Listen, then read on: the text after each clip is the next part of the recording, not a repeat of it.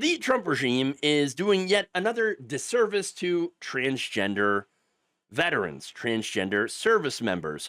On Thursday, the U.S. Air Force announced that it would be denying all transgender service members who have served between 15 and 18 years the option to retire early and would instead separate them without their retirement benefits. Now, look, previously they were going to be given their retirement benefits if they quit now, but instead they're just saying no retirement benefits if you quit now. We're just going to get rid of you, 100%, and meaning that, of course, transgender service members will now be faced with the choice of either taking a small lump sum separation payment offered to junior troops or just be removed without anything. Jesus. I mean, that is a slap in the face to anyone who has served our country. Now, an Air Force spokesperson told the Associated Press that, quote, although service members with 15 to 18 years of honorable service were permitted to apply for an exception to the policy, none of the exceptions to policy were approved. Oh, yeah, you can apply, but none of them are going to be approved. None of them whatsoever. Oh, okay. So basically, the U.S. government has broken their contract with all of these service members and have done so based on gender identity, which should be illegal. Oh, expect a lot of lawsuits. Now, a memo issued on Monday announcing the new policy, which was reviewed by the Associated Press, said that the choice to deny retirement benefits was made after, quote unquote, careful consideration of the individual applications.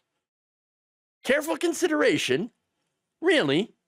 Look, not only have they purged all the transgender troops who have served for years, but now they're denying them the pension and the benefits they've earned through that service. I mean, how is this at all fair? How is this at all legal? Again, it's neither. It's neither. What this is just cruelty for cruelty's sake. That's what it is. In late July, transgender officers speaking to military.com said that they were finding the entire separation process, which includes reverting their service records back to the birth gender, quote, both dehumanizing and open cruelty.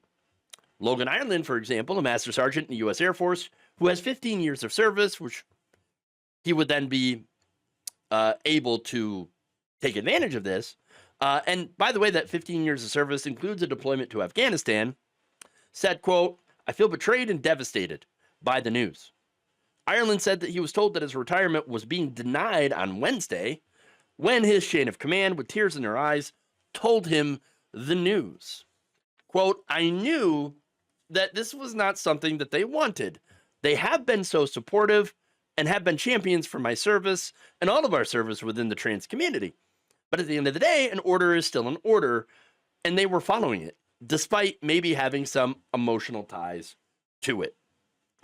Being allowed to still retire was a way for me to find closure and was a way for me to look at the Air Force and say, you know what, despite this policy ending the ability for transgender people to serve, they're still trying to do right by some of the service members by allowing us to retire early. But now I feel like I was just betrayed by the same service that once celebrated who I am. Yeah. Look, it's absolutely heartbreaking. Okay. Look, as a result of this, these people lose all of their benefits. They lose health care, health insurance through TRICARE, disability compensation for any injuries, right, that were a result of their military service. They lose future education and training to help them transition into civilian life. They lose more favorable home loans, which again, homes are already super expensive. They lose insurance. They lose burial rights. Okay. For them to be able to have their their funerals taken care of by the government from their service and more, so much more. They're treating these people as if they never existed, as if they've never served. And that's ultimately the point. This is just part of this government's systematic erasure of transgender folks from everyday life.